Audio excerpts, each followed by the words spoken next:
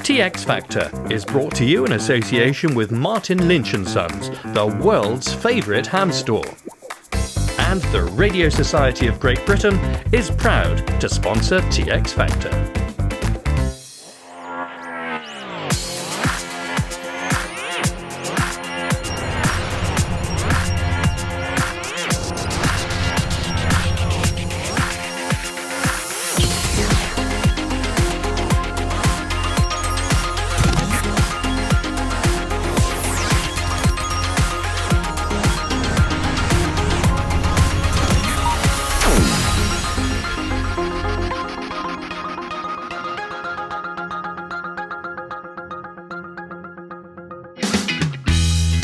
Hello and welcome to episode 26 of TX Factor. Yes, we're back after a 6-month break.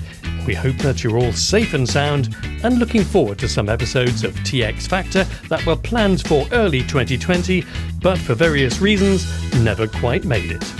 In this episode, we bring you an interview with Vhf UHF aficionado Tim Kirby, GW4 VXE, when we dropped in at his new QTH in southwest Wales. Also, the Radio Analog PTRX-7300.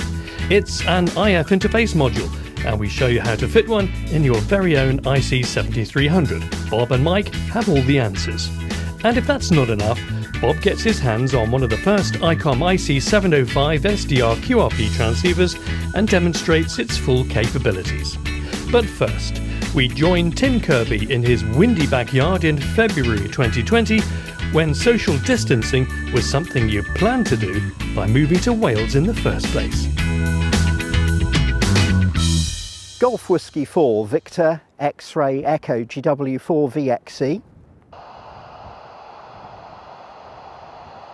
Golf Whiskey 4 Victor X-Ray Echo. Hi Tim, how's it going? Hiya Bob. Yeah, good, thank you. Have you managed to work anybody? Well, I caught one on that pass, yes. AO92 just went overhead and has just gone out to the northeast there. Now, for anybody who knows Tim Kirby, the contributor to Vhf UHF columns in the magazines, reviewer of equipment, well-known Vhf UHF aficionado, they'll have noticed you've gained an extra letter in your call sign. A W. Yeah, I think that stands for windy. It does seem to be today, doesn't it? So you've moved from Oxfordshire to, where are we? We're in St Nicholas, the village of St Nicholas, which is about 5 miles southwest of Fishguard. Yeah. And we're on the very west coast of Wales. You can see the sea behind us, just about. So we're almost at the furthest west point in Wales. But the interesting thing about this location is you've only been here since Christmas, hence the fact the only antenna you've got so far is the one in your hand. Yes, very portable. We arrived on, I think it was the 5th of December, and I thought, of course I wanted to get on the air, as a break from unpacking boxes and things like that. So I thought, well, I wrote an article some years ago about that you could do VHF from anywhere, and I thought, right, this is the time that I have to prove it, that you can do it. So I thought, well, let me see what I can do with satellite operation, and with the handheld and the elk antenna, pointing it out over the sea.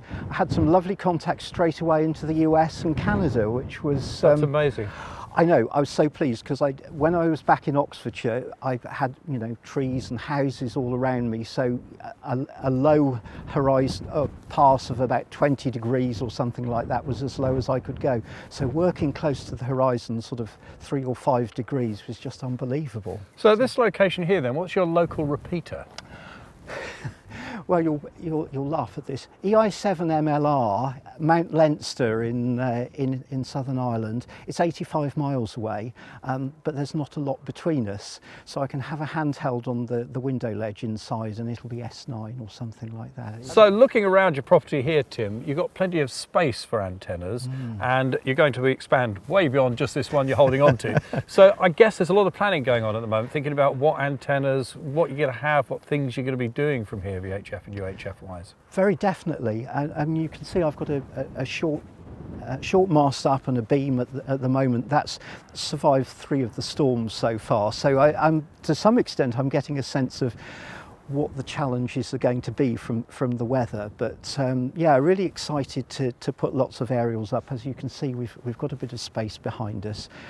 So although I think we're going to talk a lot about VHF and UHF, I have got my eye on some top band and some HF as well. So you get some wires up here as well. I think so. I've got some verticals in the barn as well, which I'm kind of looking forward to putting up, because it's such an incredible place here that it seems silly not to give that a go. But yeah, I think there's lots of things we can do with VHF, UHF. Yeah. So are you going to be the first across the Atlantic on 2 meters then, Tim? Oh, wouldn't that be good? I'm really excited about 6 meters as well, particularly with the openings across the Atlantic in the summertime with the multi-hoppies and so on.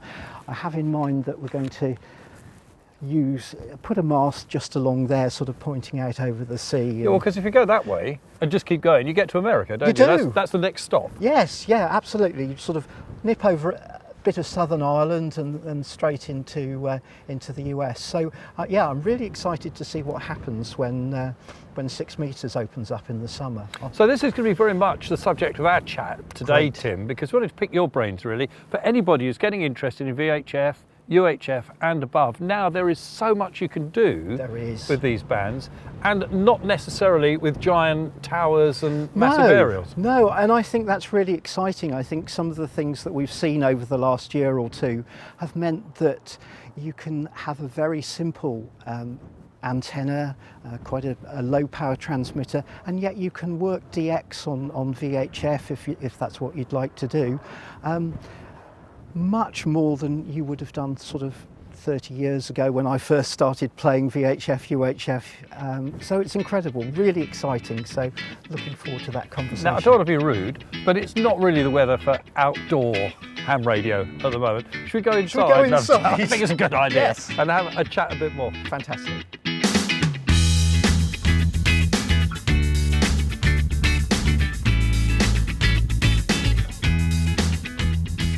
Oh, this is one of my favourite views down here, just looking to the beach, which is about a mile away.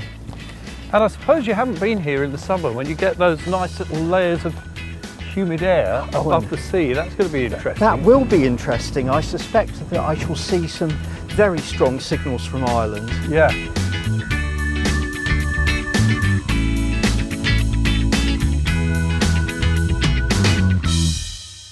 Well, we've moved inside, Tim, out of the wind. It's a bit warmer. And I've come inside to chat to Tim, and to Max as well, because I'm sure he knows a bit about VHF and UHF He does. propagation. He must have picked it up from you, as all the time he spent with you in the shack. So, what was your interest, first of all? Why VHF and UHF for you, Tim?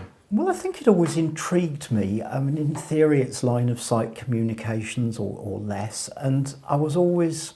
Well, I wonder how far that goes. You know, and of course, you start off on 2 meters or something like that. I started off as a G6 call back in 1983. And of course, at that time, you had to pass a Morse test. So I was working on that. But in the meantime, I thought, well, what can I do with VHF? And I spent some time on 2 meters, and I worked some sporadically into Italy on 2 meters and tried some meteor scatter and things like that. And that was all quite interesting. And some guys in the town were using 70 centimetres, and they were using these little Pi pocket phones. I don't know if you remember. I do. You remember? The police. Yeah. Well, I think a few some public service things used them, but and they only had a range of about 3 feet, didn't they? It was something like that. But I think they were getting sort of 70 cents to go across town and things like that. And I remember it was SU8, which is 433.2 now, and there was always this local chat going on, and I was kind of, I was always intrigued by that. And I had one of these FT790s, which was the 77th version of the ubiquitous 290, and I connected that up to this huge 21 element tonner on the roof of my father's house. He never complained, bless him.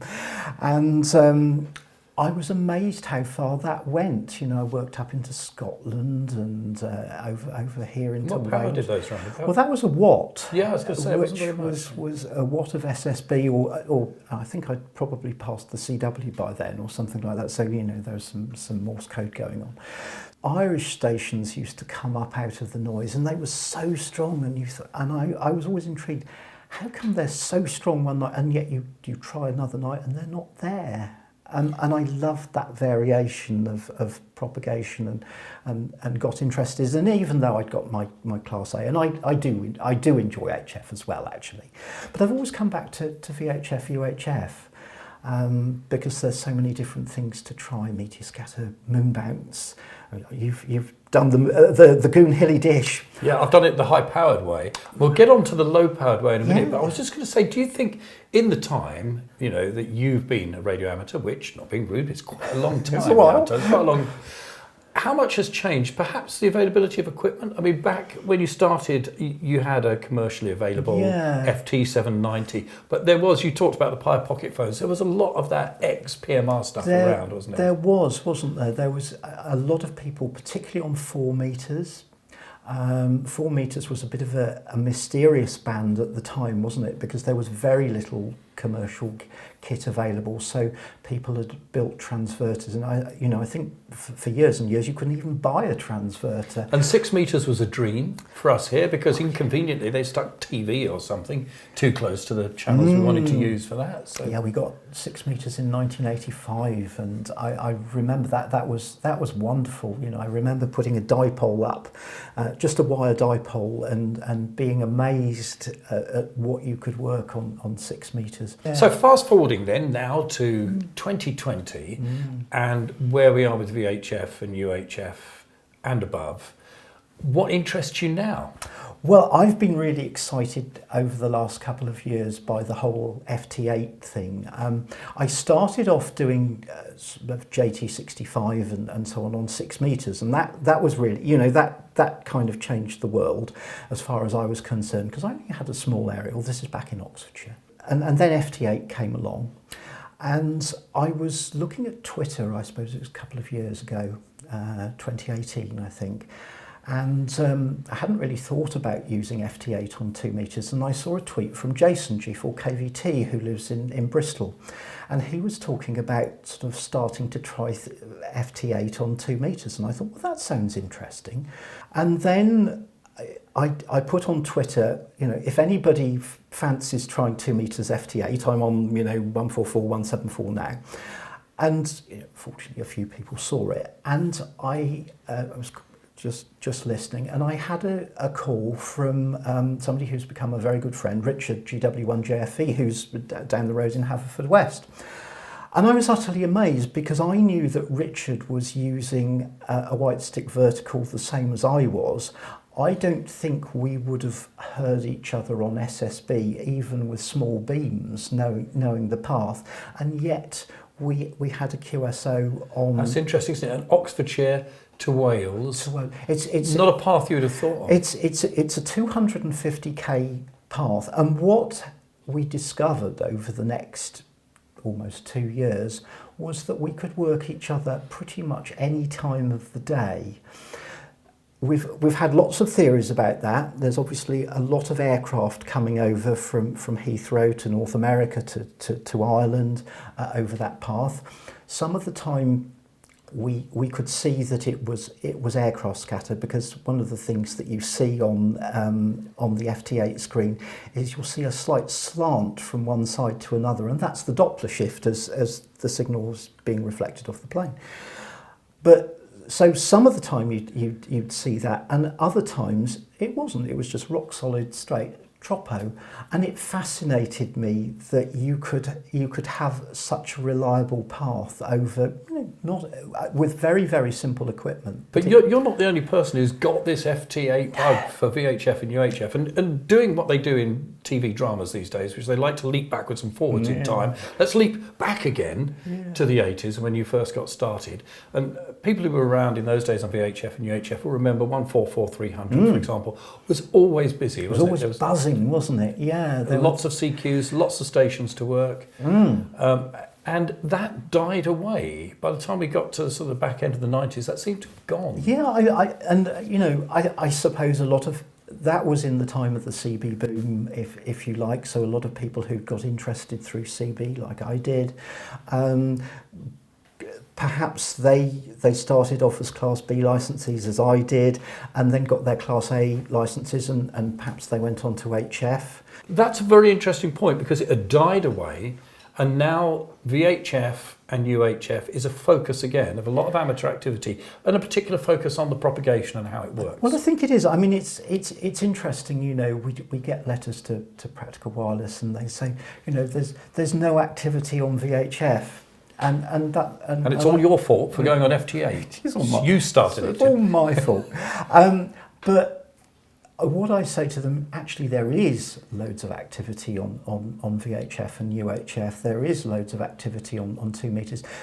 The problem, if it's a problem, is that it's not necessarily noticeable if you just tune around on FM or on a scanner or something like that. You won't necessarily be aware of all the stuff that's happening. You know, it might be FT8, it might be hotspots, you know, with digital hotspots or whatever. So there's potentially lots of happening on the band, but you might not be aware of it. And that raises this other interesting thing that does come back from people. Well, when they go, well, that's not real radio. FT8's not real radio. It's not real radio. What would you say to that, Tim?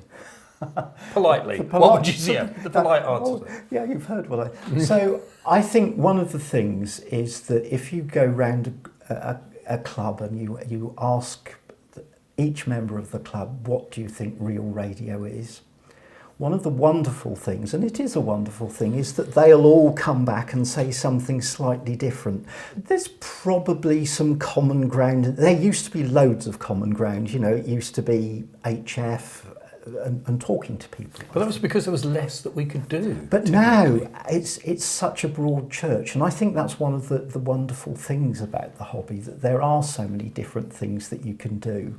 So coming back to your question, I think, you know, yeah, FT8 isn't for everybody, and I get that, and certainly not for Max. He's a keen FT8 operator, well, actually. I don't know why he took umbrage at you talking about it then. He did, but I think it's fascinating from a propagation point of view. I've probably learned more in the last 2 years about VHF, UHF propagation than I learned in the previous 30.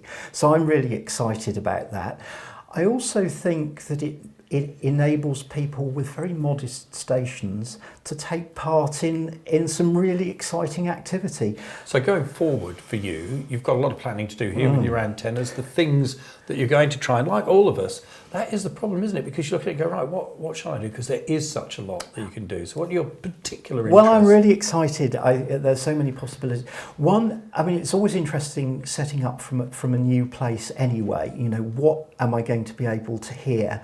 One of the things I have my eye on is this wonderful path from the west of Wales and Cornwall down to Cape Verde and so on. Just after we arrived here in December, I think it was just after Christmas, there was a wonderful opening going on for several days, and of course I didn't have anything up for 2 meters at all. I thought, I'd quite like to do some of this. So I thought, well, what can I bodge? You know, this is all about it. And that's the amateur radio approach. I reviewed one of these. What on earth is that? This. Can we do blow up stuff on TX Factor? Yeah. So this is the first inflatable item I think we've ever had on the programme. I'm slightly nervous about that, actually. So this is an inflatable antenna for of course it is for 2 meters. Yeah. And I thought, well, this will be really quick to put up. Oh wow! So. Does it say in small print somewhere on here this is not to be used as a life preserver? Well, I think you probably could. Instant antennas. So what I did was I popped that up on a... I'll just bring it back in, there we go, so that everybody can see that. Look. I was trying to dispose of it as quickly as possible, Bob. So I popped that up on a short mast outside and sort of started to have a listen. And to my surprise, I was able to work into Spain. Okay, that's quite interesting. And suddenly an EA8 drifts up, and it wasn't a bad, it wasn't a huge signal, it wasn't a bad signal. I called him and I worked him. On your inflatable aerial? On the inflatable aerial, so that's sort of 2,700 kilometres or something like that, with 50 watts to an inflatable aerial. So that was kind of fun. And we'll be back in South Wales for a final chat with Tim later in the programme. Still to come, Bob and Mike install and test the PRTX-7300 interface module, and Bob reviews the long-awaited IC-705 SDR QRP transceiver from Icom. The Radio Society of Great Britain is proud to be a sponsor of TX Factor. The Society's range of videos is held in high esteem across the world, and amateur radio societies in many countries have asked permission to share RSGB videos dubbed into their own languages. If you head over to the RSGB's YouTube channel, you'll find an ever-increasing range of videos, including the live-streamed Tonight at 8 webinars. Watch technical presentations and lectures on a range of diverse topics. There are snapshots of prestigious events. Hear young people's views about the future of amateur radio. Dig up some fascinating archive material from a bygone era.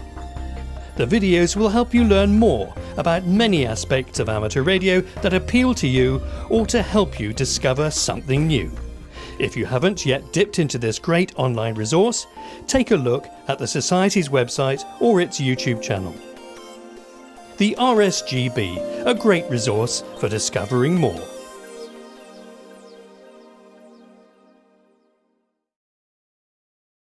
Hello and welcome to the G0FGX shack once again, and we've got a guest this time because Mike's here. It's about a couple of years since you've been here. Definitely a couple of years, yeah. You were showing me the delights of playing around with linear transponder satellites. I remember that. On the famous Yaesu 847. Yeah, which is gone. Where is it? Well, we sold it so that we could help finance the purchase of the IC-9700, which you can't really see. That's tucked away there at the moment. A few other additions to the shack since you were last here. I've noticed that. There isn't much desk space left anymore now. On account of the fact that you've got some humongous bits of clobber. What is all this? A lot of ironmongery. Yes. It stops the shack from blowing away by keeping it nicely weighted down, because we do get strong winds here in Cornwall. Like this, a wireless set 19, which you would have found living in a World War II tank. And a lot of these were made, and it's got a big mains power supply that a chap kindly built for it, which makes it much easier to use than with its noisy dynamotor supply that they came with. Now this beast over here is a Heathkit DX100U, a 100 watt AM transmitter from the 1960s, an RA17 receiver which I use with it over there. So I like a bit of AM, but as well as the old stuff, I love the new stuff, and boy, what a difference between that and this. This is the IC-7300, so this is an all-band transceiver. This monster is just a transmitter covering the bands as they were back in the day. And the one thing about amateurs, whether it's something like this as they used to get them back in the 60s and mod them to make them do better things than they did when you first got them, we're still like that, us hams. So what can we do with the IC-7300 to make it even better? Because it is an amazing rig. It makes me a bit nervous taking the lid off one of these. Anytime you take the lid off anything modern, you've got SMD components to start with. Everything's miniature, not like it used to be back in the day where you had big capacitors, big resistors, easy things to get your hands on and desolder if you had a bit of skill. Nowadays, surface mount devices, that's a whole new level of utter scariness for me. And even things like visibility of what you're doing. You need 3 times glasses, magnifying glasses, magnoscopes and everything to do any work in a brand new radio. And I don't think there's any equipment available to help steady my hands. I just wouldn't like to go anywhere near this with a soldering iron at all. Yeah. So why have I got the lid off, you may ask? I'm going to ask you that. Why have you got the lid off? Well, the reason is the IC-7300 is a great radio, and I've had this for 2 years. I love it, and I love the fact that you've got your spectrum scope on here. You can see a chunk of the band, and you can see all the signals that are on there. So that's the great thing you get having a cross between an SDR and a radio in a box, and you've got all that more traditional Icom beautiful RF front end and all the filtering. And there is nowhere on this radio, Icom are tackling this on their newer radios, but you can't plug in a big monitor, and then even if you could, you wouldn't be able to click on the monitor and control the radio from it. So how can we do that? Well, the guys at Radio Analog gave this a bit of thought, and they were trying to work out how you could perhaps use a standard cheaper SDR, like this SDR Play. Pretty inexpensive, works very well, but it hasn't got all that luscious front end that you've got on a radio like this before you get to the SDR bit. So how could you use this to provide your pan adapter display? Well, one way you could do it, perhaps you could just split the signal path. So you could share the antenna between the 7300 to your SDR Play. Bingo, when you're using your SDR Uno, you can now see the whole spectrum. Trouble is, you're not getting the benefits of the wonderful filtering and front end. And you might get some signal loss? Yeah, you will. You get a bit of an insertion loss, and then you're going to forget it was there, go on to transmit, and this would go up in smoke. So you'd have to have some kind of protection for that. So wouldn't it be great if you could tap the RF off the IC-7300 and you could pick that up after the front end and all the lovely filtering that you've got in the 7300 and share that signal with the SDR Play? Definitely. Okay, so then people go, well, is this going to mean that I'm going to have to do some soldering? And if you're going to put a board in there that's going to do that for you, it's got to get its power from somewhere. So all that scares me. I'm not going to bother. Exactly. That's what you think. So the guys at Radio Analog went away and gave this some serious thought, and they thought, well, hang on a minute. In terms of power, here we have an external ATU socket, and that has volts to it. Ideal. So they thought, if you took this out, right, like that, we could get it to fit in the same You've now hole. got a hole where you could fit even better. The board, the interface to the world could sit there. And there also happens to be a very convenient place on the board here where the very RF that we're looking for, before it gets SDR'd by this bit, is tappable. I love it. And so they came up with this little board here, and it comes with a couple of leads to connect it. And honestly, the job of putting this into the radio is a 5-minute job. And I know in amateur radio, people often say that, and it's like famous last words. Turns into a whole day's work. So let's see just how easy it is to put this Radio Analog board into our 7300 and then see if we can make it work with SDR Uno and our SDR Play. Okay. I'll tell you what, I think if I just tilt this up, you guys will be able to see a bit better what's going on here. There we go. So this is the area we're going to be working on here. This is where the RF comes into the SDR board on the 7300 at the moment.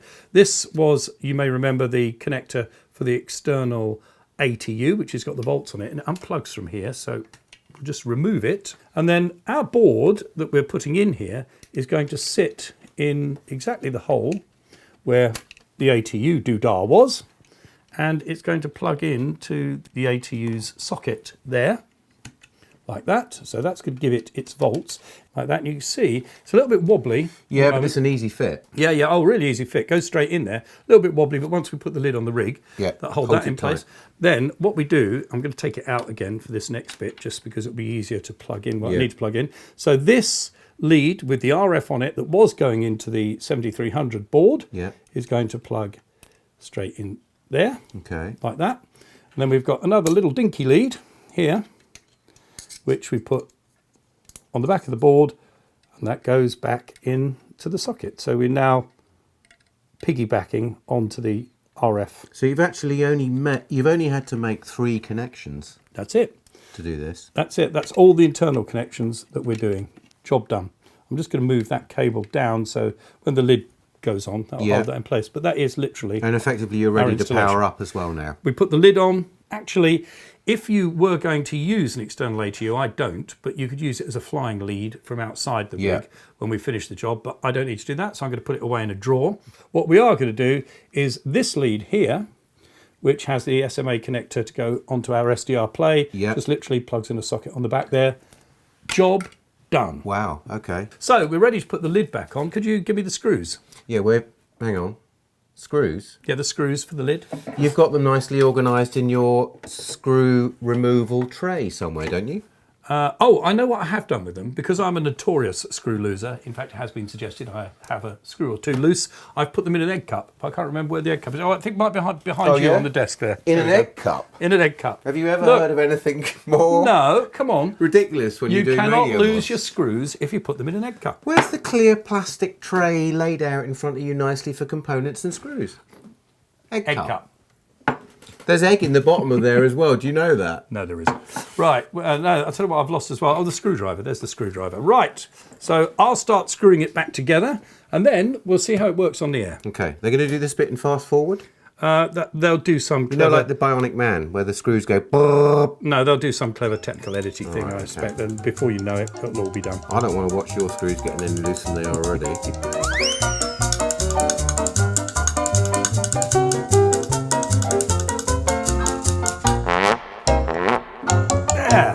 That didn't take very long, did it? And nothing left in the egg cup, all the screw holes filled. Don't need the egg cup anymore, get rid of that. Thank you very much. More eggs, anyone? And what I need to do is we now have this fly lead, which is coming out the back, which is plugged into that board, and that's externally plugged into the board because it's got the socket facing outwards. So we haven't got any wires poking out through the case or anything like that. And then the SMA connector onto the SDR play. We'll pop him up there. He's got his USB connection to the computer. Let's see if it all goes bang. Yeah, the power on time. Power us up. Okay, what are you going to blame me if it goes bang, yeah? The power supply's there. That's about right. Okay, go. And power's on. Put both the radios on. Let's go mad. Reassuring boot up screen. There we go. So that all seems to be working. The question is, what are we going to see when we go over to our SDR radio?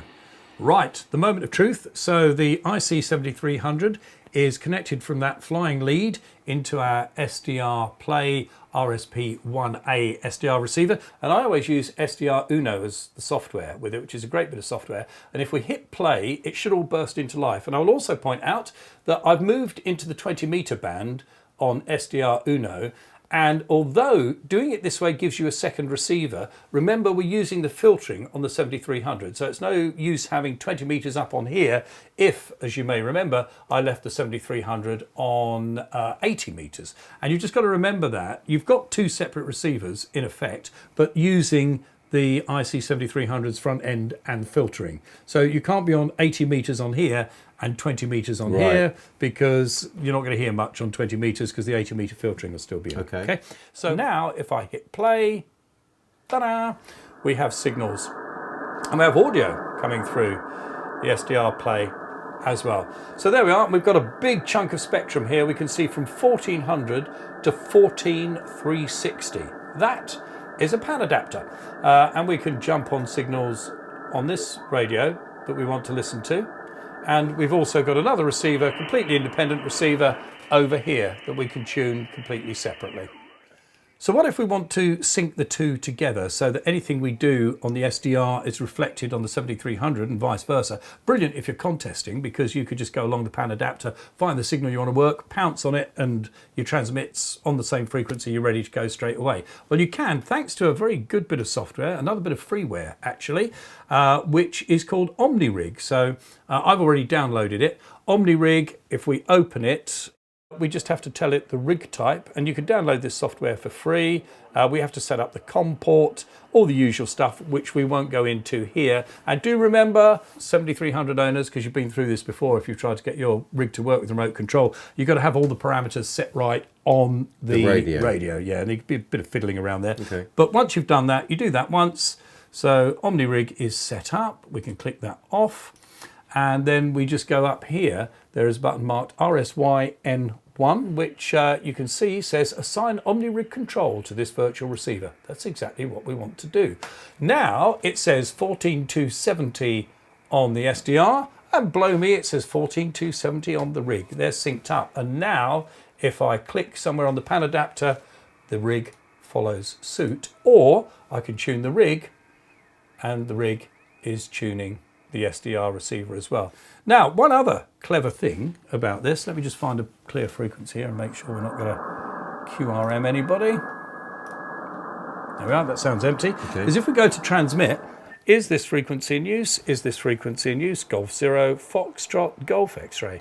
And as you can see, it also taps off the transmit audio into our clever little board and will display your transmit audio for you on this pan adapter. Wow, so it's basically TX and RX. It's brilliant. It gives you monitoring of both, and I think that's why, rather cleverly, I think in the designation, decided to call it the PTRX. So it's TRX 7300. Brilliant bit of kit from Radio Analog, and as you've seen, easy to install, easy to get working. All right, good work, everyone. Job done without even blowing anything up. Always a plus. And now the egg cup is gone, Yeah. there's one other bit of ceramic technology I would like to introduce into the proceedings. That's this fella, because it's not for nothing that we're called the TX Factor. Come on, Let's go do it. T-boy, kettle on.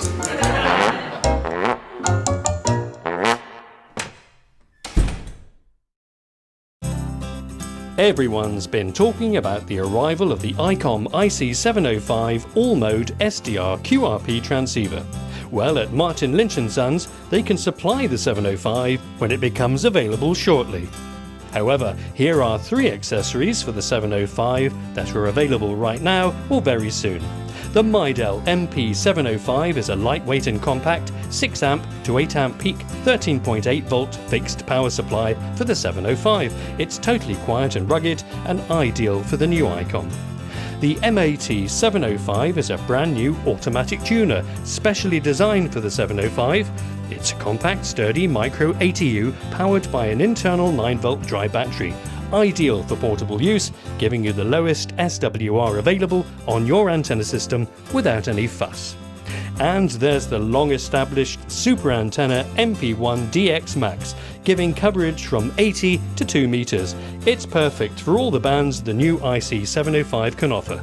It's the ultimate portable antenna system, being quick and easy to assemble and tune, complete with its own go bag and mounting tripod. Just 3 exciting accessories for the upcoming IC705 transceiver, which of course will also be available soon from Martin Lynch & Sons, the world's favourite ham store.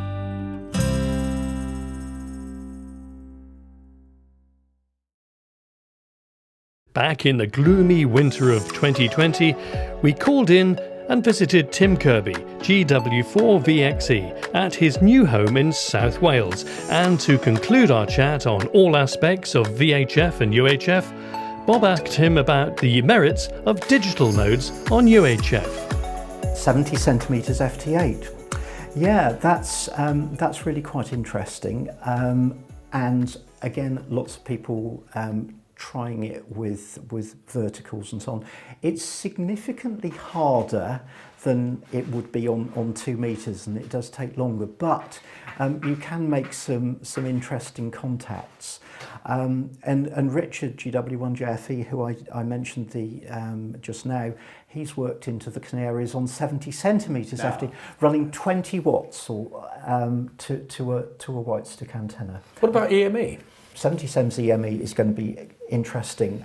Is this the next big thing? I think you were saying, you know, what other projects do you want to do from here? The 70 cents EME, I think that's definitely something I want to try. Somebody who's inspired me a lot is Tom M0ABA, who you might have seen. He's over in Essex and he uses the call sign MX0CNS. And he's specialised in doing low power EME over the last 2 And we should just explain, because I know we do get people who might be newer to the hobby, EME, Earth, Moon, Earth. Yeah. Sorry, yes. Yeah. And he's made some remarkable QSOs. Obviously, you have to work the bigger stations, but they're delighted because it gives them more stations to work, and of course it gives us the excitement of making quite an incredible contact. So for example, if you point your aerial at the moon, there are some people in the States who've got systems that it should be possible to work with a single smallish Yagi and say 50 watts. We'll have to give that a go. I think we should. And then that gets us on to Q100. Which is like a whole new amateur band that's open all the time. It is, and I have to confess, I haven't really tried very much with it so far, but I'm aware of lots of interest in there. Well, that's the thing. So there you've got a geostationary satellite, and everybody goes to start with, well, that looks a bit complicated to get an uplink signal on 2.4 gigs and then blah, blah, blah, blah. And then, as you say, up come lots of people with, you can get this off eBay, and you can get this off eBay. Well, if you want to have a listen, of course, there's the Goon Hilly Web SDR on the web, which is enough to get you started. And as you say, on transmit, there are lots of ways of doing it. There's people are using the Adam Pluto, the little SDR transmitter and receiver, which is micro output, but they feed that into a Wi-Fi amplifier off eBay for 20 or 30 quid, I think. And that will be enough to upload on 2.4 gigs. And that's very much back into the spirit of amateur radio, experimenting, putting stuff together yourself. Okay, you can't build a radio that's up to the standard of some of the modern radios with all the surface mount components. Some people do, but the average person, I certainly haven't got the eyesight, so or the steady hand these days couldn't do.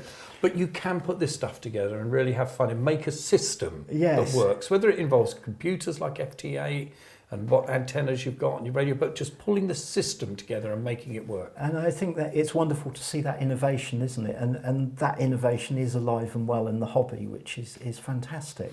So, on to Tim as a writer. How did you go from being an amateur, enthusiastic about stuff, but doing it for your own entertainment, to writing about it for other people? How did that begin? Do you know, that's a really good question, and I'm not quite sure. So, years ago, we started the Square Bash SD expeditions, and we used to go to Northern Scotland or the Isle of Man or something.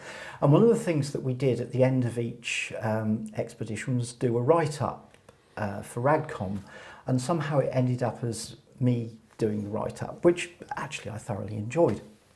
So that was my first experience of writing for the magazines. And then back, I think also in the late 1980s, early 1990s, Dave Butler, G4ASR, and I wrote a Vhf UHF newsletter for the RSGB, which was published every month. We produced it on our computers using WordStar. How terribly modern. I know. And we printed things out and sent it to the RSGB, and they photocopied it and sent it out by post to everybody. So anyway, that was my first experience of writing a sort of regular column, and that was brilliant fun.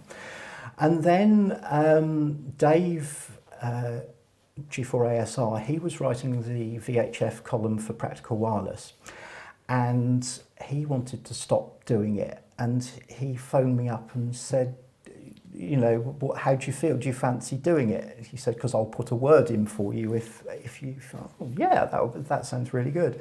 So so he spoke to Rob Mannion, and Rob phoned me up, and we had a wonderful chat, and Rob very kindly chanced his arm and gave me a go. And I think that was about 10 years ago.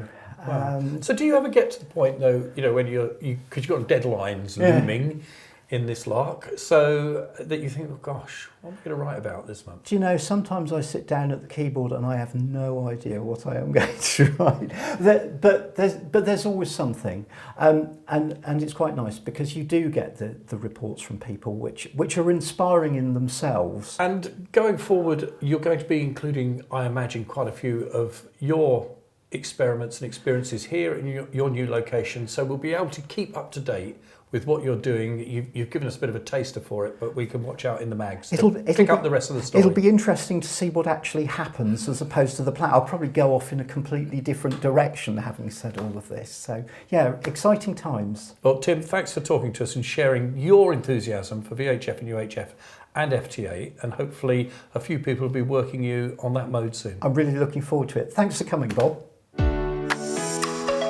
Well, thank you, Tim, for your hospitality, and we hope the weather has improved since we called in earlier in the year. In our next episode, we're welcomed into the Somerset home of Don Field, G3XTT, well-known D-Expedition operator and editor of Practical Wireless magazine. But finally, for this extended show, our review of the IC-705, the all-mode QRP transceiver due to hit our shores in the very near future. So here we are in the shack to have a close look at the IC-705. It's a shack in a box that's quite a small box, and a box that you can take anywhere with you, because this is battery powered, or you can connect it to an external supply. And it's amazing, considering that this little radio will cover all of the HF bands and also does VHF and UHF and D-Star, is how small the battery pack is. Look at that. That's lithium-ion battery technology, moving on all the time. So the first job, of course, once you've got it out of the box, is to clip the battery into place, which is a pretty straightforward process. It's just a click-in job. And we're pretty much ready to go once we've connected up a few other bits and bobs. So let's just have a look at what we can connect to the radio. And we'll start, of course, with the connector for the antenna. And of course, we've only got the one antenna socket here for VHF, UHF and all the HF bands. So if you want to have both antennas connected at the same time, you're going to need a diplexer. Socket-wise, well, the first one that we find on the back here is the speaker mic socket, which is hidden behind this little rubber tab that clicks in. It just gives it a little bit of weatherproofing, stop the rain going in the sockets. This is where your miniature SD card goes. And people who've used the IC-7300 or the 9700 will know how useful that memory card is for being able to program in all your memories and share those settings with other people who've got the same radio and various other bits and bobs that you can save onto the card. So when we go around the other side, we've got a 13.8 volt DC socket. And when you apply the 13.8 volts, your output power on this goes up to 10 watts, running on the battery. As we say, it's only 5 watts. And we have here a micro USB slot, or a small USB socket there. And also that provides a connection to a computer. If you want to connect it to a computer, this socket is for your Morse key. We'll put the flap down there. And then the other side here, another 2 sockets. And these 2 jack sockets, one is for the connection of an external tuner. So if you're going to be using an external antenna tuner, that will be the connector that automatically controls that. And that top socket is for use with the linear amplifier. That's the ALC send for the linear. And that's pretty much it as far as the sockets are concerned, except for this lug here for your ground connection. And then on the bottom, a variety of holes. These 4 would be for using on a car mount or some kind of stand that you could have in your shack, or perhaps you're going to customize your own box for carrying it around in. You could fix it in firmly with that. As we'll see later on, Icom produce a purpose-made carry bag for this radio, which is great if you're taking it out portable. And that comes with this little bolt here, which is actually used to make sure it's fixed into the bag so it doesn't drop out while you're hiking up your mountain. But it's quite handy in the shack, because if I put that in the bottom there, like so, when I put it down in front of me, it sort of makes a nice little stand for the radio so that it angles it just right for you to use it. Right, let's give it a go and put it through its paces. First thing we're going to need to do is plug in a microphone. So as we said, we're going to use the speaker on the front of the radio. So what we're going to do is just plug in the microphone. And we need to plug in an antenna. Now, because we've got a BNC connector, and like a lot of you, PL259 on the end of the antenna cable, so we'll pop that on there. There we go.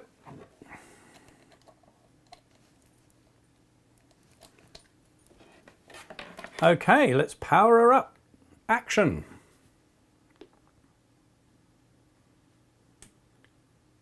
So you see in the screen that came up there, we had a check of the battery volts. It also put my call sign up because I put that in there earlier. So that's very handy. And at the top of the screen here, you'll see there's a little picture of a satellite flashing away. What's that all about? Well, it stopped flashing now, and that's because it has acquired a GPS signal. So this radio has GPS built in, and the first thing that happens when you switch it on, if you've got the GPS activated, is it will try and acquire a GPS signal. And we'll look at that a little bit later on when we go through the menus, but the fact it stopped flashing tells us it's acquired that. Just to the right of the satellite, you can see there's a standard Wi-Fi icon, which shows that the radio has connected to the Wi-Fi here in the house. And that means that I can use it on D-Star to access D-Star through the internet. We'll get to that a little bit later on. So before we start experimenting with the touchscreen, let's just go round the buttons around the outside, because I think the great thing about this radio is it's quite intuitive to use. And as with the IC-7300 and the IC-9700, anybody who's used those, you'll find that the menu system, the touchscreen system, is very similar.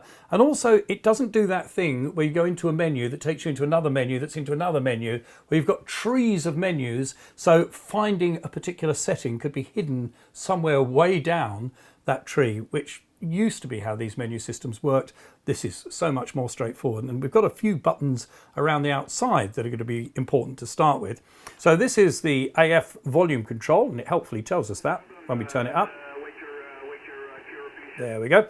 And if we press it in once, it gives us a couple of options, because we can also, by touching one of those two, adjust the RF gain. I think we might as well turn that up as high as it goes. And this is the squelch here. Now, I know we don't need squelch on HF, but if we did, we just turn that up and adjust the squelch accordingly. So across the other side here, there's a button called Multi. Has multiple functions. So if we press it in once, we've now got a variety of things we can choose from. The top one is the RF power, which, as you can see, is on 50% at the moment. I can turn it down. There we go. But I can only turn it up as far as 50%, and the reason for that is because we're operating on the battery, but if we were plugged into an external supply, then that would adjust all the way up to 100%.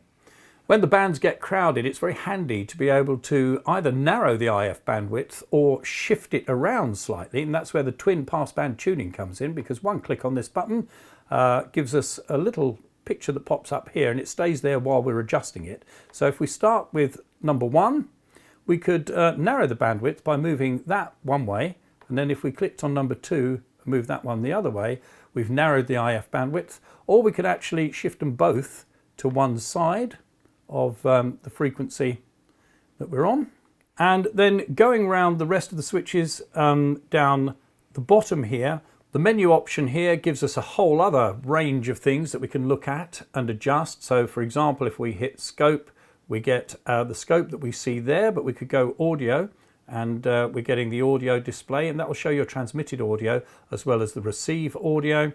And our voice is going to be our pre-recorded voice messages, so we can record those, and those would go onto our memory card if it was in there. Now, this is an interesting one. The next one is meter, which is very useful, because if you touch that one, you get all the meters up on the screen at once. Really useful when you're setting up, for example, FT8, and you want to see what your power output is, but you also want to see how the ALC is doing, so you're setting the levels up just right. This button is for memories, so this is where you can set up your memory groups, and you can have 100 different memory groups, and there's 500 standard memory channels, so pretty impressive array of memories that you get on this radio. Record for recording stuff that's coming in off air, and also your various messages, and then the set menu, which takes us into the more complicated stuff. So the Bluetooth setup, you can set this up to work with a Bluetooth headset, which is going to be brilliant, because you can have the radio in the backpack on your back, and you can be hiking up the hill and talking on the radio as you go using the Bluetooth. And I imagine there'll be a lot of this happening actually out portable with FT8 or back in the shack, the connectors. This is a very important setting here, and you can go through all the various things you need to do to set it up to talk to an external computer, which, as we've said, you can just plug in with the USB lead so that you can get it to do digital modes and various other things in relation to the different things that can be plugged into it. And then there's a second page of these which takes us into things like the digital voice memory and setting up the digital voice gateway, which is another thing that we can use this radio for when we're connected through the internet, because we can access the D-Star system worldwide through the net, through this radio, using it in terminal mode, sending pictures digitally, and GPS. Now, if we click on that and click on GPS information, it will show us which satellites we've acquired, and it tells us exactly where we are. Now, one thing is, of course, if you're using the GPS, if it's switched on all the time, it is going to be using some of your battery power. When you're up on top of that hill, battery conservation is going to be important. But if you are using D-Star, you might want to be sending out that location information, or be able to just look at the screen and check it for yourself if you're on HF to give that information out. Well, what you can do is a neat little trick, is if you go to GPS set and go to manual position, tap that, and that shows us where we are. Then if we hit the quick button down here, which is very handy for doing quick things in various modes, we can go capture from GPS. And now it's captured our location, and it will remember that, and we can then turn off the continually monitoring GPS. And I have to say, it works really well. We're indoors in the shack here, and it locked on with no problem at all. Down this side here, we've got our RIT button, so we can do RIT on receive, or if we press it again, we're doing RIT on transmit. XFC, if you're operating on split, if you press the XFC, you can just listen on your transmit frequency and make sure it's clear or hear what's going on there. The M pad, if you touch on that, that takes you in to your quick memo pad frequencies that you've saved, which are really handy because you can actually, when you're operating on a frequency, you just hold that button in and it will memorize it and the associated settings to your memory pad. And at the bottom, we've got scan. Well, it does what it says on the tin. I've got no memories programmed in at the moment, so if I hit scan, it's offering me some band scans where I can set some band edges and scan between those, and off we go. In the shack or out and about with this, we've got a nice front-facing, very loud loudspeaker, which will be good for operating on a noisy, windy mountaintop. And just next to the speaker here is a light sensor, which adjusts the brightness of the screen. Although it does auto-adjust, it's got a very clever sensor just here, which is checking the light level. If, in the unlikely event, for those of you based in the UK, you get some sunny weather while you're out doing your mountain topping. So it's pretty easy to find your way round, even without picking up the manual. And then for some of the finer detail, then you are going to have a look in the manual. So we pretty much drive the radio in general use through the touch screen. That's how we're going to change frequency, we're going to change mode, how we can see exactly what's going on the radio at that moment in time. To select the band we want to operate on, it's simply a matter of touching the megahertz frequency here, and up pops the band stacking register. So that means you've got memories for each of the bands you're on. So if you're operating on a particular mode at a particular frequency, it will remember that the next time you tap on that band to go into it. And you can just tap on whichever of the bands you need to go to. So we'll just look at HF for a minute or two. And also you will have noticed that it offers us FM radio here. So if you fancy a bit of Radio 2, because she's from just along the road from there. Oh, Ken Bruce. So you can have that, or you might want to go straight to the airband, which is very useful indeed.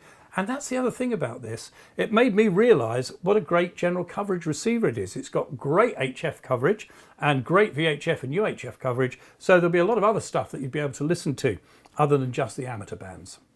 I won't go into all the ins and outs of setting it up for D-Star, because of course there's a couple of ways we can do that, as we've mentioned, through my wireless LAN. So we could go in using the internet as a gateway into the D-Star network, and that does take a little bit of setting up. Now I've got an open spot that's already configured for D-Star, so all I need to do is just put us into 70 SEMS, and 431.100 is the frequency my open spot is on, and then we just change the mode to DV, and we should be ready to go.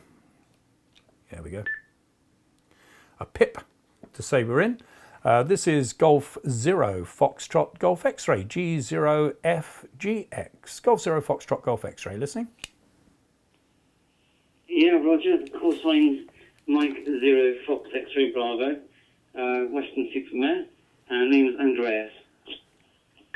Yep, your audio sounds great, Andy. Thank you very much. And thanks for helping us to do a quick demonstration of the D-Star capabilities on this radio. So have a great afternoon, and thanks for the contact. Golf 0 Foxtrot Golf X-Ray, Helston, Cornwall, clear.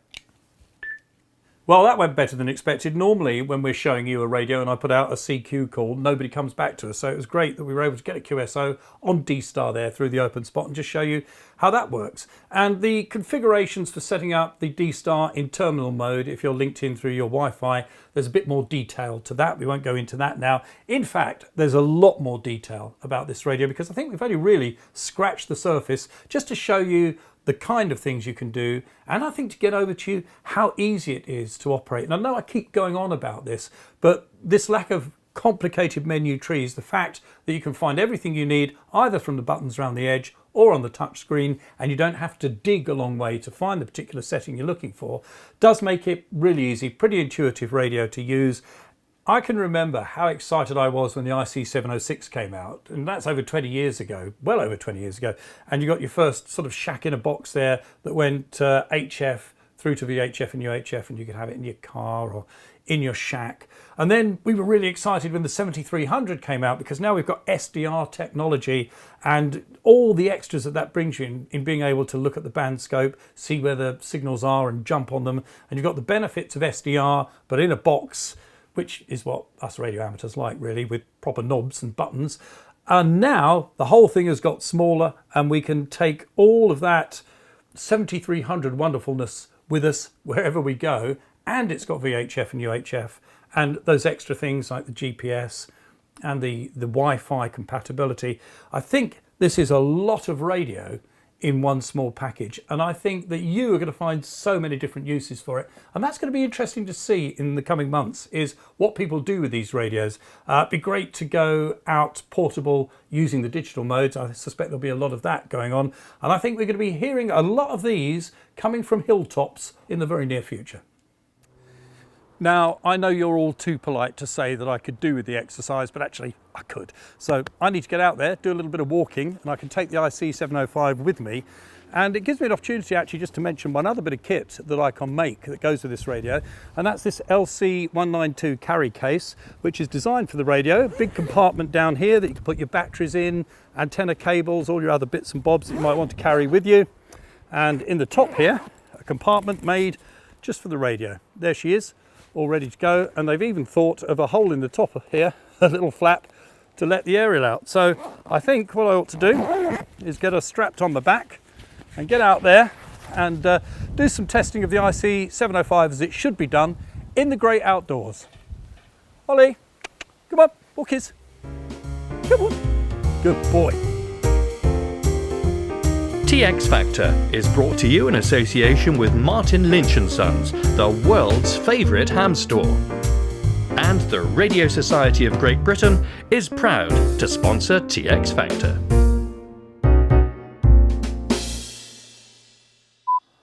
Yeah, it looks awesome, Bob, and you've hang on. It looks awesome, Bob. Good work, everyone, and you've done this without even actually blowing anything up. Which is always a plus. And now we've got rid of the egg cup, there is one other bit of ceramic technology I'd like to introduce into the proceedings, and that's this fella. It's not enough. Yes, no, once, no, Nearly had it. Okay, and again. Okay.